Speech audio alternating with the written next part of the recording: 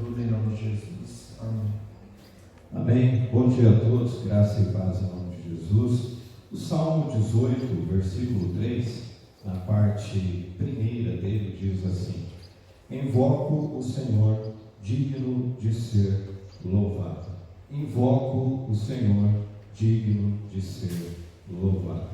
Nós damos as boas-vindas a todos, somos acolhidos nesta manhã, neste dia, mais uma vez, pelo nosso Deus, pelo nosso Pai Celeste, hoje que é dia dos pais, nós somos acolhidos nesta manhã pelo nosso Pai nesta casa de oração. Louvado seja Deus, e nós agradecemos a todos que já estão aqui no templo e aqueles que fizeram o agendamento e ainda estão por vir. Por favor, abra a sua Bíblia agora em Gênesis, capítulo 14, por gentileza. Gênesis 14.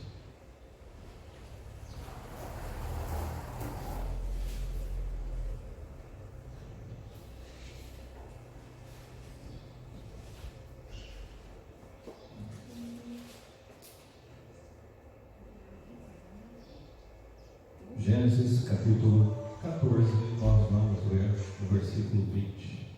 Gênesis 14, versículo 20, que diz assim: E bendito seja o Deus Altíssimo, que entregou os teus adversários nas tuas mãos, e de tudo lhe deu Abraão o dízimo. Eu vou ler novamente.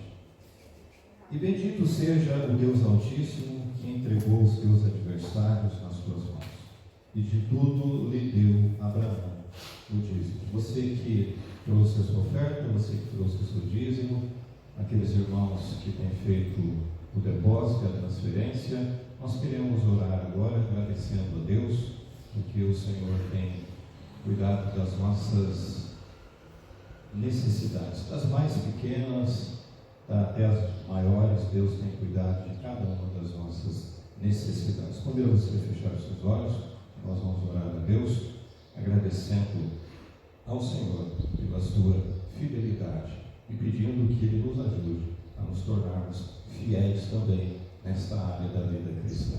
Vamos fechar nossos olhos, vamos orar a Deus. Pai, nós te agradecemos, ó Pai, nós te louvamos por essa manhã, nós te louvamos pela vida que se renova mais uma vez, Senhor. Nós te louvamos pela saúde que o Senhor concede a cada um para que estivéssemos aqui nesta casa de oração para louvar, para engrandecer o teu santo nome, Senhor. Nós queremos te agradecer, ó Deus, pelo teu cuidado desde as pequenas coisas, ó Pai, o seu cuidado para com cada um de nós, providenciando o pão, providenciando todas as nossas necessidades, porque sabemos que tudo provém das tuas boas mãos, Senhor. Muito obrigado pelo alimento, a mesa, muito obrigado pelo teto que o Senhor tem concedido a cada um de nós, muito obrigado pelo trabalho que o Senhor tem dado a cada um de nós, Senhor. Muito obrigado, Senhor. Este é um momento onde, como igreja que somos, nós, neste ato, neste símbolo, Senhor, de ofertar, nós declaramos a nossa total dependência do Senhor, ó Pai. E em fazendo isso, nós estamos declarando a todos, declarando ao mundo, declarando às pessoas que nós dependemos somente de Ti. Por isso, Senhor, recebe os dízimos, recebe as ofertas, e que tudo seja usado em prol do Teu reino, na proclamação do Evangelho, seja usado também nesta casa de oração, Senhor, para que possamos honrar as despesas que temos, ó Pai, e nós te louvamos porque o Senhor tem nos abençoado grandemente nesses últimos dias. Louvado seja o teu santo nome, ó Pai. Nós consagramos tudo ao Senhor, é no nome de Jesus que nós oramos agradecidos. Amém. Enquanto nós louvamos a Deus, você que trouxe o seu dízimo, a sua oferta, você poderá depositá-lo aqui na frente.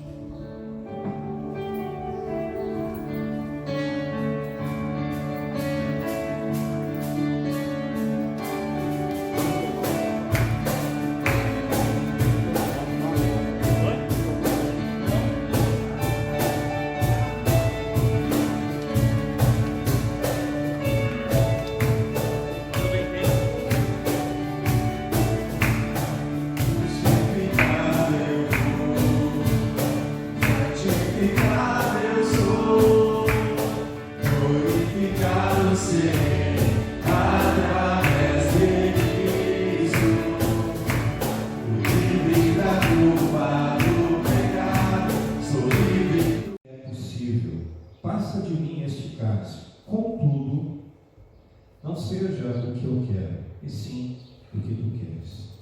Voltando, achou-os dormindo e disse a Pedro, Simão: tu dormes? Não pudeste vigiar nem uma hora? Vigiai e orai, para que não entreis em tentação. O espírito, na verdade, está pronto, mas a carne é fraca.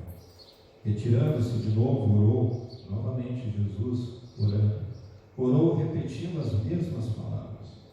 Voltando, achou-os outra vez dormindo, porque os seus olhos estavam pesados e não sabiam o que lhe responder. E veio pela terceira vez e disse-lhes: ainda dormes e repousares? Basta! Chegou a hora, o Filho do Homem está sendo entregue nas mãos dos pecadores. Levantai-vos, vamos, eis que o traidor se aproxima. Vamos orar? O presbítero Mário vai orar, pedindo que Deus nos ajude na exposição, no recebimento, na compreensão e na prática da palavra de Deus. Vamos orar? Senhor, nós te agradecemos por essa manhã, Deus, que o Senhor nos trouxe até aqui, Pai, para que nós possamos louvar o teu nome, Deus, de forma mais específica, junto com os irmãos, Deus, e nós te agradecemos, Pai. Pedimos a tua bênção, a tua permissão e o cuidado sobre cada um que dentro das igrejas, sobre aqueles, ó Deus, que aqui não estão, Senhor, estavam contidos, o Senhor possa estar com a condição dessas vidas, ó Deus. Nesse momento, Pai, nós vamos ouvir a tua palavra, Senhor. E o Senhor vai através da boca do seu servo. E que toda palavra dissonante que é contrária, Senhor, se cale nesse momento. Que o nosso coração possa receber a tua palavra. E que nós possamos ser não apenas ouvintes dela, mas também praticantes. É assim que nós oramos em nome de Jesus. Amém. Muito bem. William Berkeley, ele comenta esse texto e ele diz assim, que esta é uma passagem que nós quase tememos ver, porque em lendo, parece que eu e você, nós estamos nos intrometendo na intimidade da agonia de Jesus. Meus irmãos e minhas irmãs, sem dúvida, esta é uma passagem na qual nós devemos nos aproximar de joelhos. Tremenda a mensagem que nós temos nesta passagem. Essa passagem nós devemos nos aproximar dela em adoração. Mas para a gente poder entender um pouquinho aqui o texto, primeiro é importante salientar o seguinte: eu não sei se você sabe, mas em Jerusalém não havia jardins de nenhum tipo. Você sabia disso? Pastor, mas o Getsemane não é o jardim das oliveiras? Só que tem um detalhe: em Jerusalém não havia jardins de nenhum tipo, porque nenhuma cidade construída sobre uma montanha, todos os espaços abertos eles são usados para construção. De maneira que o que acontecia era o seguinte, o que aconteceu com Jesus era o seguinte: alguns cidadãos, algumas pessoas, os ricos daquela sociedade, eles tinham seus jardins particulares no Monte das Oliveiras. Aí sim. Então, se você, quando lê, e você acha, tinha o Jardim das Oliveiras, um espaço reservado para isso, um espaço público. Não, isso não existia lá em Jerusalém. Existiam sim algumas pessoas que eram ricas, eram abastados, e eles tinham seus jardins particulares no Monte das Oliveiras.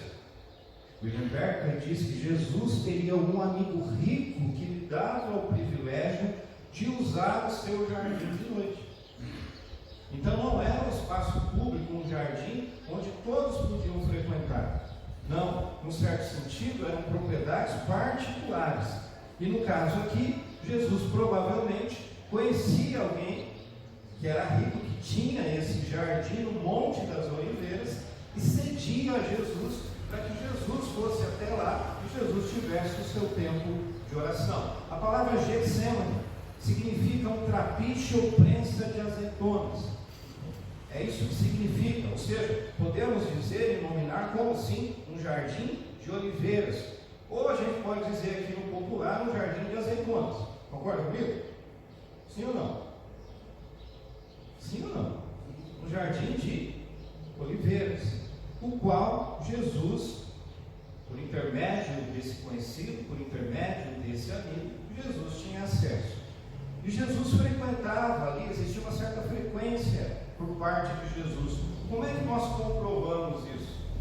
Porque Judas sabia exatamente onde Jesus estava. Ou seja, era frequente essa prática de Jesus, que consequentemente Jesus tinha algo muito marcante nele, o qual nós, como discípulos de Jesus, como seguidores de Jesus, deveríamos ter na nossa vida cristã. Porque esse texto ele faz menção em vários pontos que Jesus foi para este lugar para quê? Para orar. Jesus foi um homem de oração.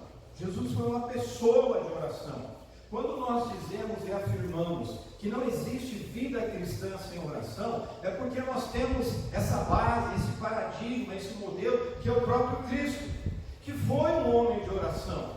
Mas quando nós olhamos para a igreja pós-moderna, nós percebemos uma igreja que não ora, uma igreja que não dobra os seus joelhos, uma igreja que não tem o seu tempo de oração, uma igreja que não investe em oração. E consequentemente, nós estamos vivendo o que nós estamos vivendo, um enfraquecimento espiritual por parte dos cristãos. Porque não existe um abastecimento, não existe. É como se a gente parasse no posto de gasolina e falar: olha, põe R$1 aí que eu vou andar 500 quilômetros. Você não anda 500 quilômetros com R$1 de gasolina ou de álcool que seja. A vida cristã é a mesma coisa, gente. Se nós temos Jesus como modelo maior, Ele é o nosso modelo, nós também deveríamos ter uma vida de oração. E algo que fica muito nítido em toda a vida de Jesus, e nítido nesse texto, é que Jesus tinha o seu tempo de oração. Jesus foi uma pessoa de oração. E não dá para dizer que é cristão sem a prática, a disciplina da oração. E talvez por isso, volto a dizer, as nossas igrejas estejam como estão. E talvez por isso a gente esteja como a gente está. Porque a gente só se lembra da oração quando a água está batendo aqui. Aí a gente, agora sim, agora eu vou ter um tempo de oração, agora eu vou me dedicar à oração. É claro que as crises da própria vida, elas nos levam a buscar mais a Deus. Isso é claro. Mas não é somente nesse momento. Não dá para dizer que a gente é cristão sem vida de oração. Nós começamos basicamente o dia sem orarmos ao Senhor, sem agradecermos ao Senhor por mais um dia de vida.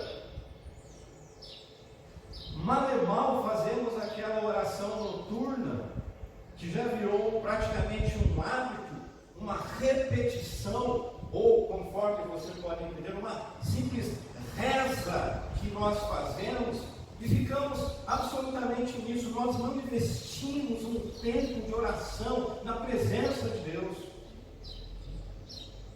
Todos os homens piedosos e mulheres ao longo da história da igreja cristã foram marcados por ter uma vida de oração, não é isso, professor? Todos eles, quando nós vamos buscar na história da igreja, todos os homens e as mulheres, aqueles que marcaram a vida da igreja cristã, foram homens de oração. Os grandes pregadores, meus irmãos e minhas irmãs, vou citar um aqui que a maioria conhece, Charles Spurgeon, homem de oração. E tantos outros homens e mulheres de oração. E Jesus aqui mais uma vez demonstra isso. Jesus está indo para esse jardim, Jesus está indo para esse local, e Jesus ali pratica a oração. Mas Jesus procurava ali também duas coisas extremamente importantes, duas coisas que ele desejava ardentemente naquele momento. Jesus vai para o jardim, Jesus vai ali para a oração, porque o desejo de Jesus naquele momento era uma comunhão humana e uma comunhão com Deus. Gênesis 2:18 diz assim: Não é bom que o homem esteja só, disse Deus no princípio. Meus irmãos, minhas irmãs, em momentos de prova, nós precisamos de alguém do nosso lado. E esse texto de Gênesis, ele ficou muito claro durante essa pandemia. Não é bom que o homem esteja só. O homem não foi feito para viver sozinho. O ser humano não foi feito para viver só. Primeiro que ele foi criado à imagem e semelhança de Deus, nessa comunhão com Deus que foi rompida por conta do pecado e restaurada na pessoa de Jesus lá na cruz. E aí a comunhão foi restaurada com Deus, porque nós fomos feitos para vivermos em comunhão com o nosso Deus. Nós fomos feitos para vivermos em comunhão com o nosso semelhante. E ficou muito claro isso na pandemia, porque a gente não consegue viver isolado. Todo mundo doido para sair na rua, todo mundo doido para poder sentar num lugar. Isso é muito bom, gente, mas ainda não é o momento. Abro aspas aqui novamente. Ontem teve jogo do Corinthians e do Palmeiras. Campeão paulista, louvado seja Deus. Certo? Só que eu passei em frente a 2 bares aqui, e o que tinha de gente lá dentro, tudo aglomerado e tudo sem máscara. Vale a pena isso? Vai assistir em casa, filho. Vai assistir em casa. Encontrei o professor Wilson ontem no mercado e a gente chegou à mesma conclusão. Por que nos países chamados de países do primeiro mundo, em alguns países, é claro, em todos, mas por que em alguns países, principalmente ali na Europa, alguns países enfrentaram a pandemia, o coronavírus de uma forma assim excepcional, né? A gente fica até, aquela coisa e tal, sabe por quê? Questão de educação. O povo brasileiro é um povo mal educado, indisciplinado. Por isso atingimos mais de 100 mil mortes. Eu acho que o jogo em casa. Eu acho que em casa. Não. Eu sei que você torceu para o Palmeiras. Um bom santista que você é. Né? Acho que em casa. Aí depois sai. Vai saber se tem alguém lá. E não pode. Pode aglomerar? Não. Aglomera. Aí o povo da saúde fica doido. Não é aquilo? Faz festa. Vamos fazer festa. Né? Festa. Depois vai lá, tudo lá. Não é assim? Vamos fazer festa. Gente, não é momento para isso. Claro que a gente entende que o ser humano não foi feito para viver sozinho. Mas agora, se der para evitar, evita. Uma coisa é trabalhar, outra coisa é este jogo do Palmeiras e do Corinthians num boteco para aglomerar. Tudo junto. Eu não vou falar o nome do boteco. Aliás, eu sou contra o boteco. Se eu fosse prefeito da cidade, vai caçar o boteco. Eu tenho um problema sério. Abrir boteco não é assim, não. O pessoal faz aquela comparação, né? Para abrir boteco e igreja é a coisa mais fácil que tem, não deveria ser assim. A comparação é meio esdrúxula, mas ela é verdadeira. Tá certo que a gente foi feito para viver em comunhão, mas vai haver o momento certo. E aqui fica muito claro que Jesus queria uma comunhão humana e comunhão com Deus. E quando a gente fala de comunhão humana aqui, é claro que ele não foi sozinho lá para orar. O texto diz que ele foi acompanhado, não foi?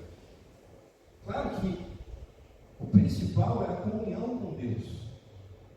Mas ele também queria a companhia de pessoas. Porque não é bom que o homem esteja só. Não que, em muitos momentos, quando nós enfrentamos uma luta muito grande na nossa vida, é bom a gente contar com alguém, não é? Ao nosso lado. E a pessoa não precisa falar nada. E a gente não precisa falar nada para ela. O que é bom é a companhia da pessoa estando ao nosso lado. Quando a gente enfrenta um momento muito difícil na nossa vida, é bom nós sabermos que nós contamos com a presença de alguém ao nosso lado.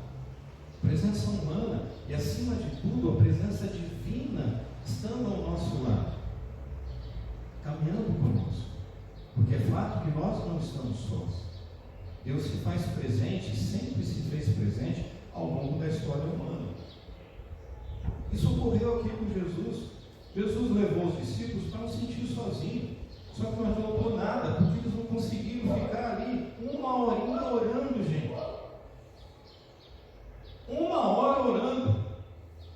É pedir muito. É o que Jesus, parafraseando o texto, é o que Jesus está falando. Mas vocês não conseguem ficar acordados nem um cadinho?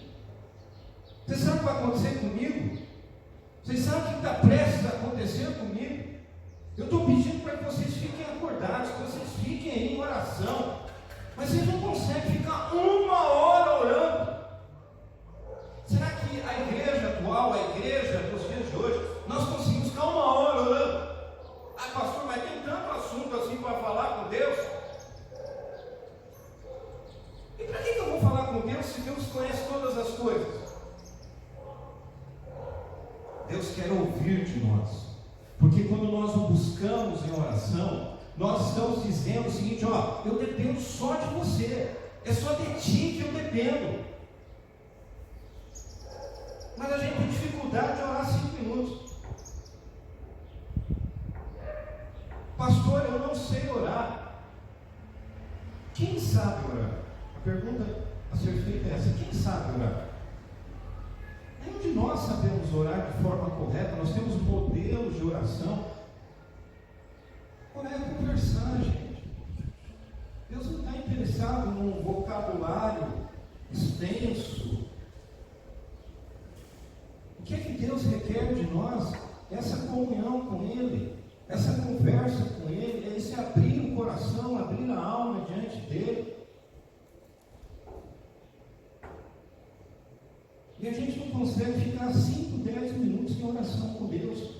E aí a gente começa a reclamar de muitas coisas da nossa vida. E isso, se a gente não investe em vida de oração, se eu não invisto em vida de oração, eu vou ter uma vida de murmuração. Provavelmente isso que acontece com a gente. Jesus foi um homem de oração. E Jesus aqui desejava essa comunhão humana, essa comunhão com o próprio Deus Pai. Só que é estranho que ele leva ali alguns dos seus discípulos que tinham acabado de afirmar anteriormente ali que assim: estou disposto a morrer por você. Eu morro por você. E eles não puderam ficar despertos ali por 1 hora. Está disposto a morrer, mas não está disposto a ficar vigiando ali 1 hora. Claro que não estavam dispostos, muito menos a morrer. Quando disseram isso a Jesus, foram apenas palavras. E Jesus sabia que isso não era verdade, que isso não brotava do coração deles. Porque eles não ficaram 1 hora acordados. Mas vamos falar a verdade, meus irmãos. A gente não pode culpá-los muito, porque a tensão, a excitação daquele momento, provavelmente, eles estavam esgotados, eles estavam sem resistência. Essas são as desculpas que nós damos muitas vezes para Deus e para as outras pessoas. Não é assim? Eu oro, as coisas não acontecem. Eu vou parar de ir na igreja. Vou lá. Você está orando para poder negociar com Deus. Você vem à igreja para poder negociar com Deus. Se você está sentado aqui porque você espera receber algo de Deus, então lamento dizer para você: você está errado, você está equivocado. Nós não viemos aqui, o Senhor não ajunta uma parte da sua igreja, uma pequena parte da sua igreja, para que a gente venha aqui esperando receber algo de Deus. Nós viemos aqui para cultuar a Deus, para adorar a Deus de forma coletiva, mas podemos fazer isso de forma individual também. Oração não é só nesse momento de culto. Vida de oração é quando eu e você, ninguém precisa saber o que nós fazemos, ninguém precisa colocar lá no Facebook: estou orando, ou muito menos pegar o seu celular e dizer assim: às 11 horas da manhã estarei orando por vocês. Não façam isso. Isso é antibíblico, isso é errado. Ninguém tem que saber se você está lá recluso, tendo o seu tempo de oração, ou se você está dentro do seu carro, tendo o tempo de oração. Ninguém tem que saber disso. Muito menos fazer boas obras para ficar tirando selfie e postando lá que está entregando cesta básica. Isso é errado, é condenável. A Escritura condena esse tipo de atitude. Você está querendo se autopromover, você está querendo glorificar a si mesmo. E nós devemos promover, nós devemos glorificar o nome do nosso Deus e somente Ele. Mas há certas coisas muito evidentes aqui a respeito de Jesus nessa passagem que eu quero falar rapidamente com você. Primeiro que fica claro aqui nessa passagem, quando nós lemos, é que Jesus não queria morrer. Você acha que Jesus queria morrer, Mário? Você acha, irmão, que Jesus queria morrer? Você acha, Jesus? Não, eu quero morrer.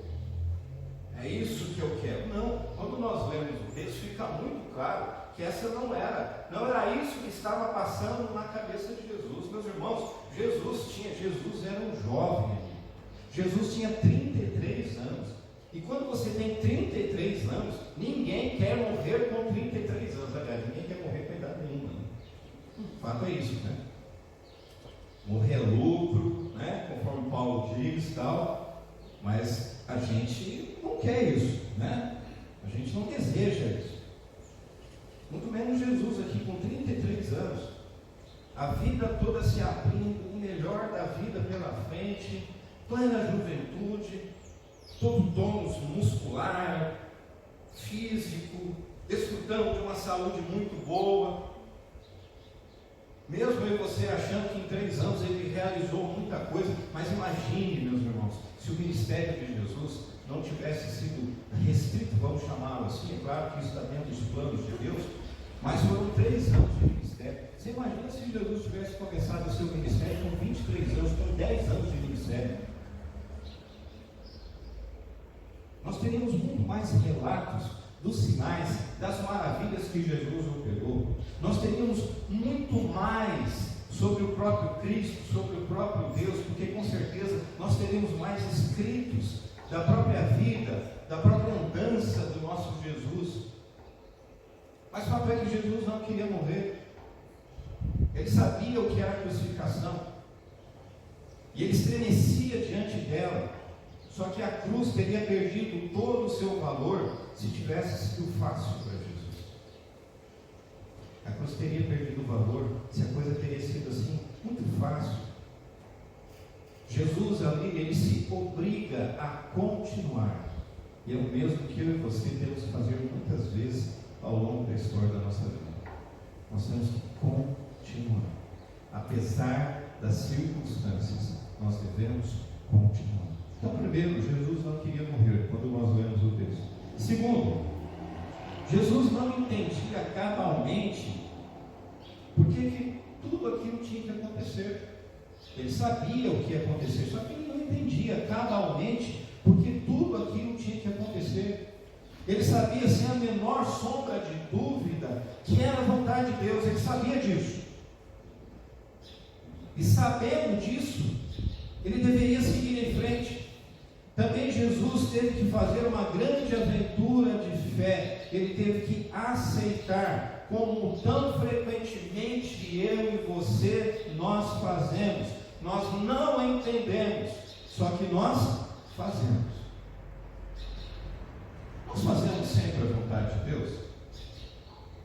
Você faz sempre a vontade de Deus? Eu faço sempre a vontade de Deus. E em não fazendo a vontade de Deus, o que é que nós estamos cometendo, presbítero? Quando eu não faço a vontade de Deus, eu faço a minha vontade. O que nós cometemos? Pecado. Por isso que a Bíblia diz que nós somos pecadores. Se eu começar a pregar aqui que você é filho do rei, você é princesa do rei, vai dar tudo certo na sua vida, vai dar tudo maravilha para você, é impossível você ser pobre, você não vai ficar doente. Só que eu acho engraçado que nesse meio da pandemia, o pessoal que critica a igreja presbiteriana, cadê esse povo aí? Cadê as curas? Cadê os milagres? Cadê os milagreiros que não entram nos hospitais, nas UTIs e mandam os caras levantar lá que estão com Covid? Cadê? Por que não vão nos cemitérios, aí nos velórios, quem morreu de Covid ou de outra doença, e não manda levantar? Cadê? Cadê Edir Macedo? Cadê R.R. Soares? Fica colocando, fica insistindo com um copinho d'água lá, você só vai matar a tua sede.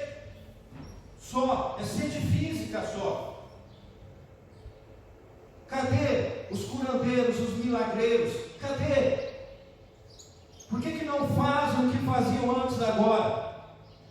Não fazem uma reunião, chamam todos que estão com Covid aqui na cidade, vem todo mundo para cá, que vai haver cura. Por que não curam?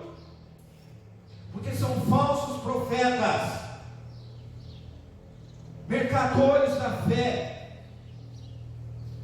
Cadê esse povo que critica a nossa igreja porque nós somos sensacionistas? Cadê esse povo?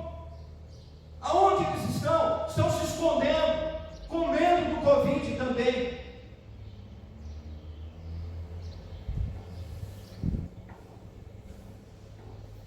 Meus irmãos e minhas irmãs, nós devemos continuar, mesmo não entendendo o que nós estamos passando. Neste mundo, todos nós enfrentamos coisas que nós não podemos compreender. E nós estamos vivendo isso nesse momento. Nós estamos vivendo um momento que nós não estamos compreendendo. Mesmo com o auxílio da Escritura, a gente não consegue compreender plenamente. Eu ouso dizer, são os sinais dos fins dos tempos. Ok. Eu defendo isso há muito tempo. Então, desde que Jesus ascendeu ao céu, você concorda comigo, nós estamos vivendo o fim dos tempos, certo? Não é isso? Então, todos os terremotos, todas as calamidades que já existiram são sinais. É isso? Tá, isso está acontecendo há quantos anos? O Covid é mais um sinal? Sim, mais um sinal. É o último? Não. Porque a grande tribulação não veio ainda, gente. Pastor, tem coisa pior para mim? Tem. Talvez a gente não esteja mais aqui, estejamos já com o nosso Cristo. Mas isso aqui não é nem próximo da grande tribulação que vai atingir a igreja. Ela não vai se arrebatar antes, não, tá? Ela vai enfrentar a grande tribulação. Pastor, tem coisa pior para mim? Tem. A luz da Escritura tem. Muito pior. Mas fato é, meus irmãos, que quando nós enfrentamos momentos difíceis, a fé é provada até os últimos limites. Só que daí a nossa alma recebe um bálsamo, da mesma forma que Jesus experimentou ali no Getsemane. Tertuliano, um dos pais da igreja, menciona uma declaração de Jesus que se transmitiu de forma oral, embora não apareça em nenhum dos evangelhos. E ele diz assim: ninguém que não tenha sido tentado pode entrar no reino de Deus. Isso quer dizer que cada um de nós tem o seu jardim chamado Getsemane. E cada um de nós deve aprender, assim como Jesus, mesmo não entendendo, às vezes mesmo não aceitando, mas nós devemos, no nosso jardim particular chamado Getsemane, lugar de agonia, lugar de sofrimento, onde nós nos derramamos diante de Deus, em meio ao que nos aguarda, em meio ao que nós estamos vivendo, nós também devemos fazer como Jesus: seja feita a tua vontade. Acontece que quando nós enfrentamos lutas e adversidades que fazem parte da existência humana, que compõem a existência humana, nós oramos a Deus, mas nós, mesmo dizendo, lá no nosso fundo, nós não nos submetemos à vontade de Deus, porque nós queremos que Deus conserte aquela situação de qualquer jeito.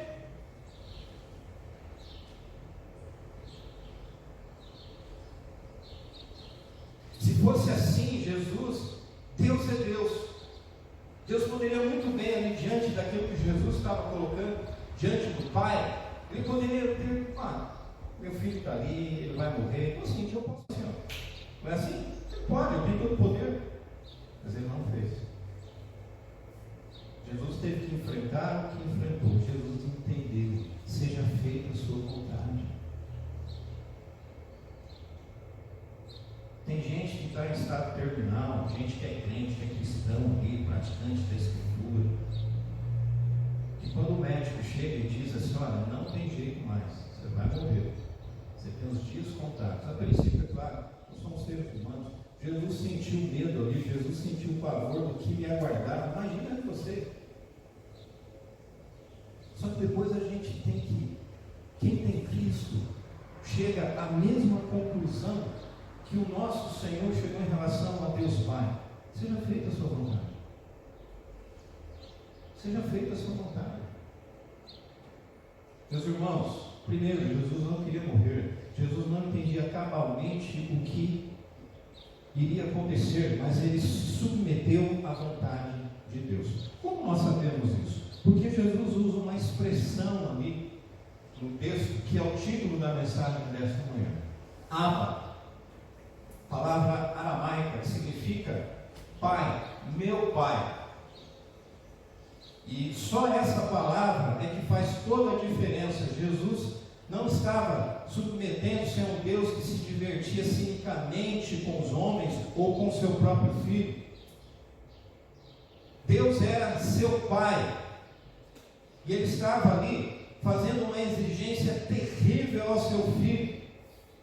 Mas Jesus entendeu que Deus era seu Pai. Nós só podemos chamar, e quando nós chamamos Deus de Pai, tudo fica suportável na nossa vida.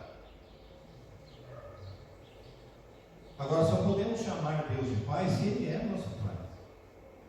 Se Jesus se tornou o meu irmão mais velho, senão eu não tenho como chamá-lo de Pai.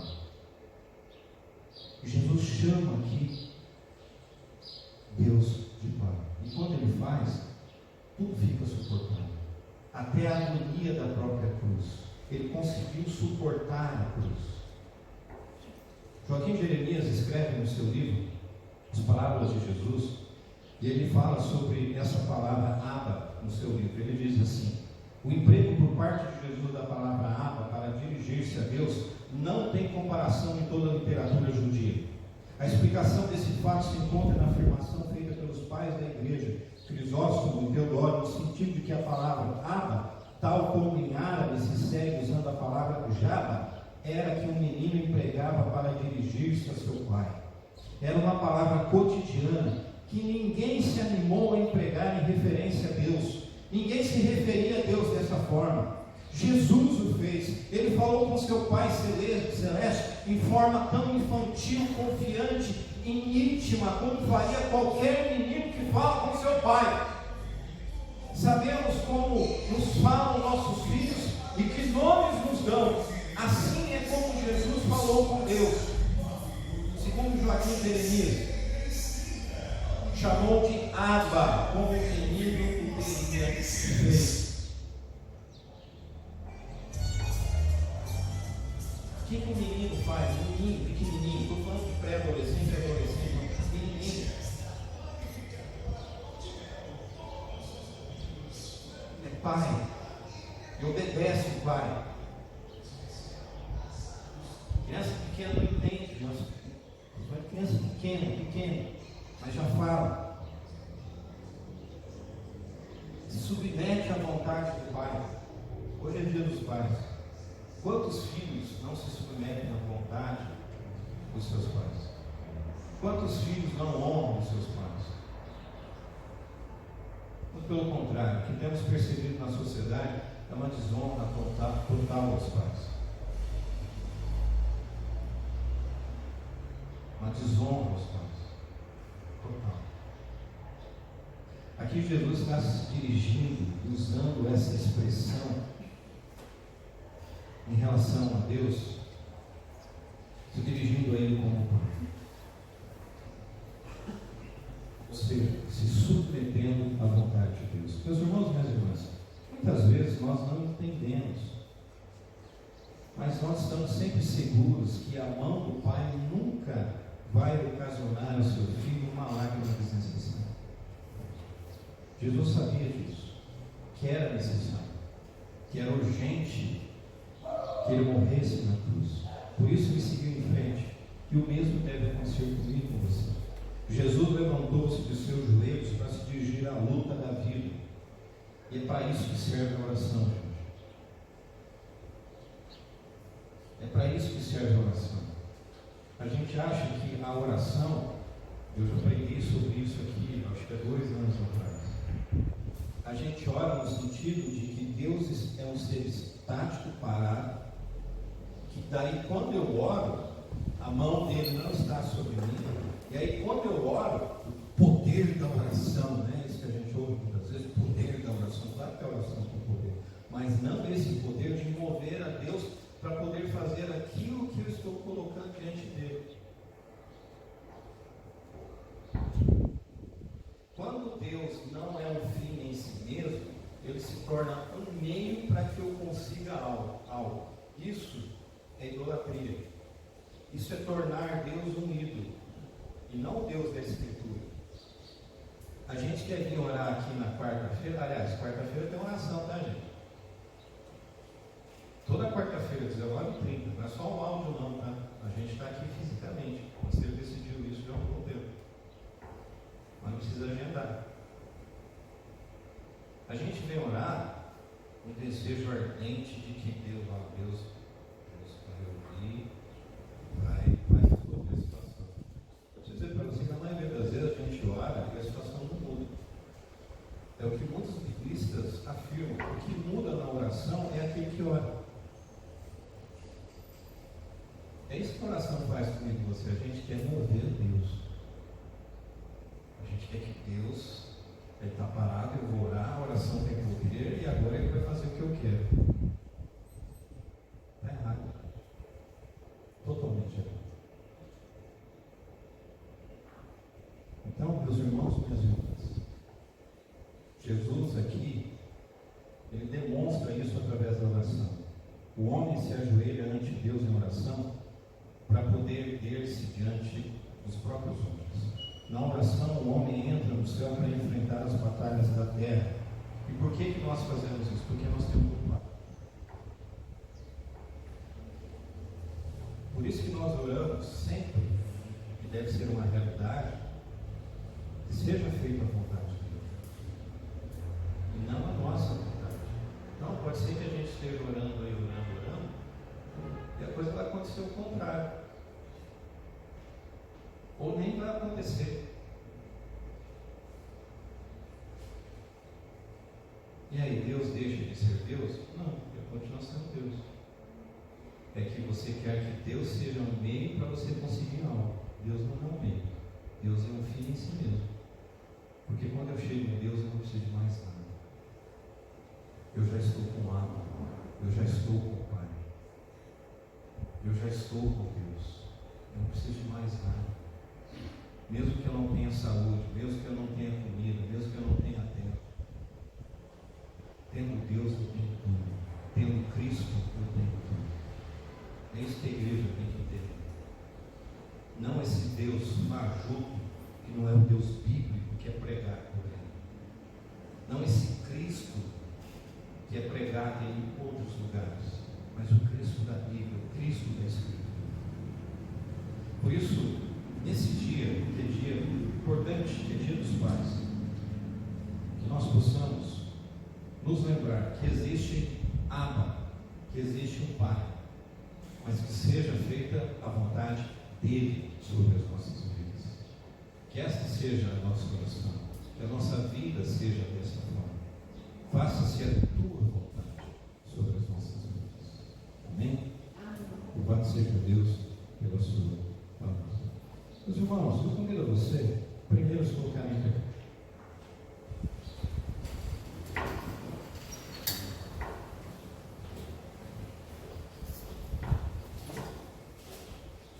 Nós vamos orar agora. Queremos agradecer a Deus pelo dia dos pais. Provérbios 23, 22 diz assim: ouve ao teu pai que te gerou e não desprezes a tua mãe quando vier a envelhecer. Hoje é dia dos pais, hoje é dia de nós agradecermos a Deus. Se o seu pai não está mais aqui, você possa agradecer pelo tempo que você esteve com ele. se o seu pai está aqui, que você possa dar um abraço nele no dia de hoje. Mas o fato é que nós devemos agradecer a Deus pelo Dia dos Pais. Nós vamos orar também agradecendo a Deus pelo Dia dos Pais e vamos orar nesse instante.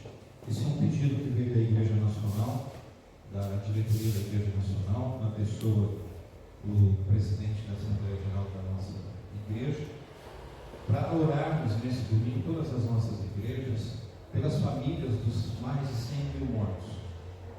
Mais de 100 mil mortos. E nós vamos fazer isso agora também. Também gostaria que nós estivéssemos orando também pela família da Elismar, que perdeu o tio, que está lá em Campo Mourão, foi para o velório, para o enterro. Estejamos orando também para que o Senhor esteja, por intermédio do seu Espírito, consolando também os familiares da Elismar. Também vamos orar também por alguns irmãos da nossa comunidade que estão enfermos. Que você possa orar pela presbítera Rose, que você possa orar pelo Paulo, que vai fazer a cirurgia, orar pela Silvia também, pela sua saúde, e pela saúde da Camila também.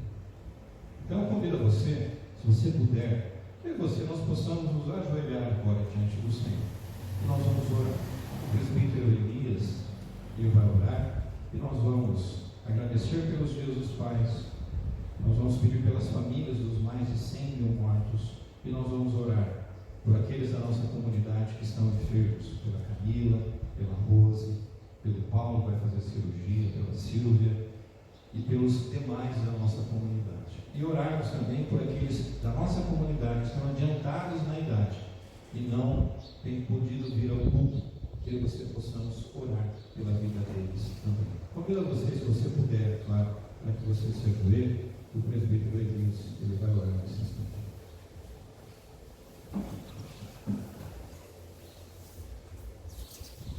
Senhor, nosso Deus e Pai, nós queremos te agradecer por esse momento, ó Pai, o Senhor nos trouxe aqui na tua casa, Deus, pela tua palavra, o Senhor nos falou nessa manhã através de teu servo, Pai. Somos gratos, Senhor, por tudo isso. Também, Senhor, queremos te agradecer hoje, por homenagear também através de tuas palavras, Pai. Pessoas, Deus, que cuidado, Pai, das suas famílias, mas de forma especial hoje, Pai, memorando o Dia dos Pais, o Senhor abençoe cada pai desta igreja, Senhor, os pais do município de Nova, todos os pais, Pai, que o Senhor possa estar abençoando a vida de cada um, sustentando eles todos os momentos das suas vidas. Queremos também, ó Deus, agora rogar pelas famílias que foram acometidas, ó Deus, pelo Covid, pessoas, ó Deus, que perderam os seus entes queridos, ó Pai, que o Senhor esteja, ó Pai,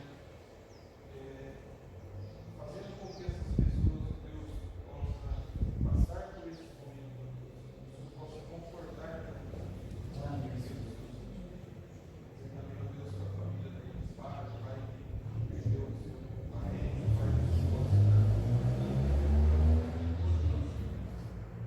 Senhor, abençoe também as pessoas que estão enfermas, ó Deus, o Paulo que vai fazer a cirurgia, a Camila, ó Pai, a Silvia, ó Deus, e os demais também, ó Deus, que precisam dos teus cuidados. Nós colocamos esses filhos, ó Pai, sobre as tuas mãos, que o Senhor possa estar operando nessas vidas, assim, tudo, ó Pai, que o Senhor abençoe também as pessoas que não podem estar vindo, ó Deus, no culto presencial, porque já estão, ó Deus, no culto de risco, ó Pai. Mas que o Senhor esteja falando com eles, aonde quer que eles estejam, ó Pai. Que o Senhor esteja cuidando também das suas vidas, ó Pai. Abençoe, ó Deus, toda a nossa comunidade. Que o Senhor nos dê um continuar de domingo abençoado na tua presença. Nós te agradecemos por tudo que o Senhor já tem nos feito. E a nossa oração que nós te fazemos no precioso nome do Senhor Jesus Cristo.